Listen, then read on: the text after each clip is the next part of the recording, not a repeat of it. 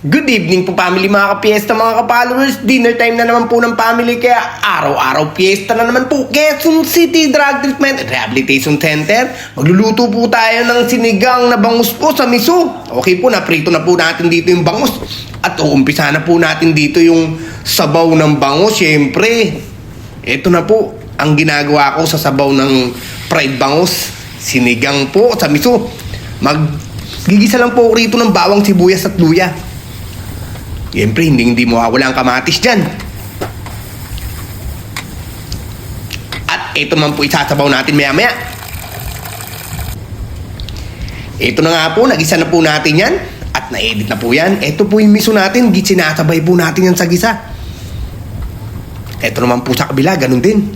Halu-haluin lang po. Pero saglit na gisa lang po yan kasi nasusunog agad yan. Timpla na po natin ng paminta yan. Bechin po at konting asin. Mekos-mekos po.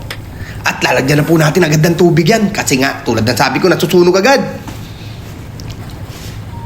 Lagyan po natin sabaw yan, siyempre. Mekos-mekos po. Okay, takpan na po natin muna yan.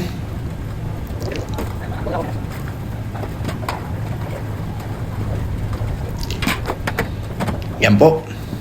Akalain mo kakatakip lang, kumukulo na agad. Ito na nga po family. Dinagdagan ko po ng patis yan. At lalagay ko na nga po dito yung powder niya na mix na sinigang mix po.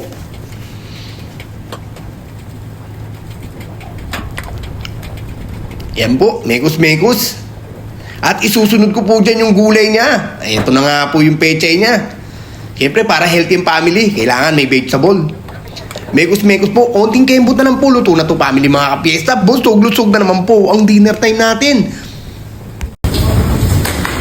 Okay na to. Ano na yan?